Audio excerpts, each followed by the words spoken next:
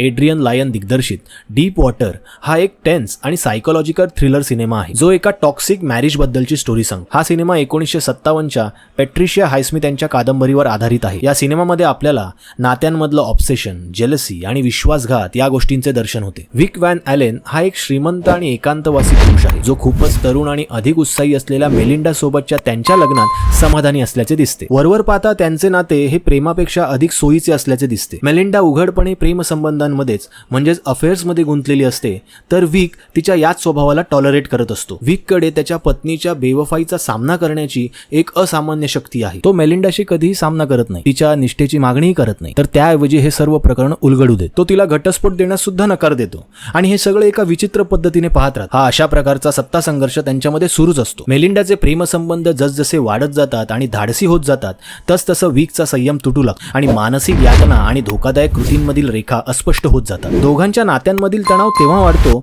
जेव्हा मेलिंडाच्या एका प्रियकराचा मृत्यू होतो आणि तेव्हाच अचानक घडणाऱ्या या घटनांमध्ये विकची भूमिका सुद्धा प्रश्नात येते, ज्यामुळे नंतर वेडेपणा, हेराफेरी आणि भावनिक अशांततेचे वातावरण निर्माण होते. एक असा माणूस ज्याचा स्वभाव बर्फासारखा थंड आणि शांत आहे, पण त्याने त्याच्या मनात एका वादळाला लपवून ठेवलं आहे, अशा माणसाचं कॅरेक्टर ॲफ्लेकने उत्तम प्रकारे साकारले आहे. आणि दुसऱ्या बाजूला मेलिंडाचे कॅरेक्टर साकारलेली ॲना दे आमसने देखील तितकीच मनमोहक कामगिरी केलेली आहे. तिचे पात्र हे आकर्षक, कुशल आणि निर्विवादपणे स्वतःमध्ये गुंतलेले आहे.